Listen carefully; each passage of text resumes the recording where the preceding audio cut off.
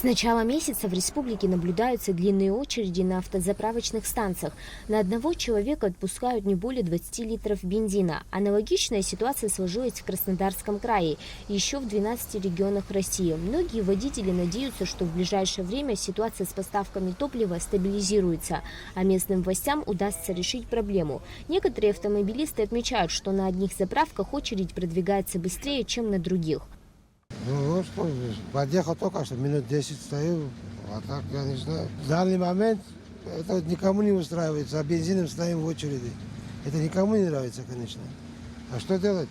Время такое, наверное. За это никого не можем ругать, ничего не сказать.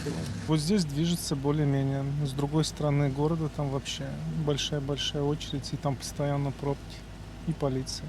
По мере поступления новых партий топлива и насыщения внутреннего рынка планомерно будет расширяться перечень автозаправочных станций, на которых оно реализуется. Актуальная информация о наличии бензина, очередях и ситуации на заправках в Абхазии водители делятся в чате взаимопомощи. Взаимопомощь на дорогах Абхазии в мессенджере Telegram. По сравнению с тем, что я видела в Инстаграме, в других соцсетях, те очередя, которые ранее показывали, это было очень пугающе.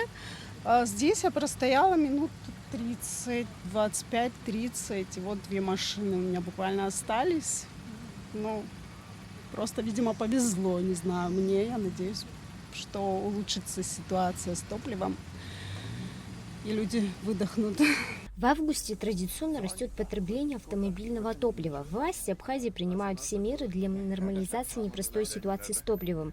Дефицит обусловлен сезонным ростом спроса из-за пика туристического сезона и притока автотуристов, а также логистическими сложностями с поставками из России. Задержки в поставках стали одной из ключевых причин перебоев.